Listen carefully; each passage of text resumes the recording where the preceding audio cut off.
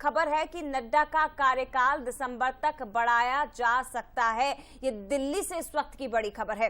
BJP के राष्ट्रीय अध्यक्ष जेपी नड्डा, जो फिलहाल कैबिनेट में मंत्री बन चुके हैं, अब उनका कार्यकाल दिसंबर तक बढ़ाने की चर्चाएं भी काफी तेजी से हो रही है। तो कार्यकारी अध्यक्ष के रूप में उन्हें मौका दिया जा सकता है दिसंबर तक। जेपी नड्डा का 30 जून को ही कार्यकाल समाप्त हो रहा है। और आपको ये भी जानकारी दे दें कि कई राज्यों में बीजेपी प्रदेश अध्यक्ष का चुनाव पहले से करा सकती है।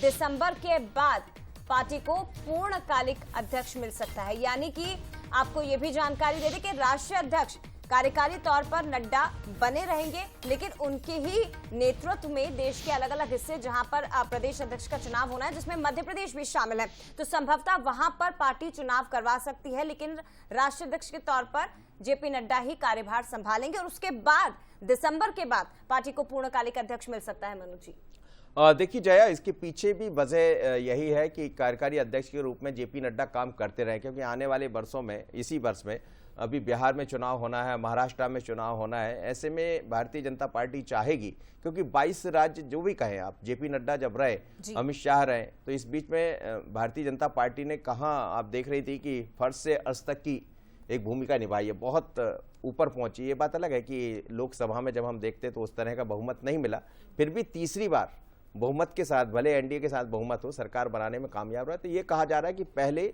जिन जिन राज्यों में अध्यक्ष बदले जाना है वहां चुनाव करा लिया जाए, वहां के अध्यक्ष तय कर दिए जाए, उसके बाद दिसंबर तक इनको कार्यकाल इनका बनाए रखें और कार्यकारी अध्यक्ष के रूप में जेपी नड्डा काम करते रहे। हालांकि कई नामों की चर्चा थोड़ी देर पहले हम कर ही रहे थे कि कार्यकारी अध्यक्ष के रूप में क्या अनुराग ठाकुर भी हो सकते हैं, या फिर देवेंद्र फडणवीस का नाम भी है, और सुनील बंसल के नाम की चर्चा तो बीडी शर्मा की भी आ जाती कई बार कि यदि संघ की चलती है, संघनिष्ठ जैसा कहा जा रहा है, तो फिर वो भी एक लाइन में बने हुए हैं, तो ऐसा कहा जा रहा है। लेकिन इन सब के इतर अब ये खबरें आ रही है, बड़ी खबर है, इस वक्त की नई खबर है कि जेपी नड्डा दिसंबर तक कार्यकारी अध्यक्ष बने रहे। इसके पीछे की एक वजह ये भी हो सकती है क्या मनोज जी, क्योंकि जिन राज्यों में इस साल के एंड में इलेक्शन होना है, तो अगर बीजेपी यहाँ लोकसभा स्पीकर को लेकर अगर बात करती है, या माफ करेगा राष्ट्रीय अध्यक्ष को लेकर अगर जुट जाती है कि कौन सा चेहरा होगा, तो चुनावों में शायद फोकस ना कर पाए। ये भी एक वजह।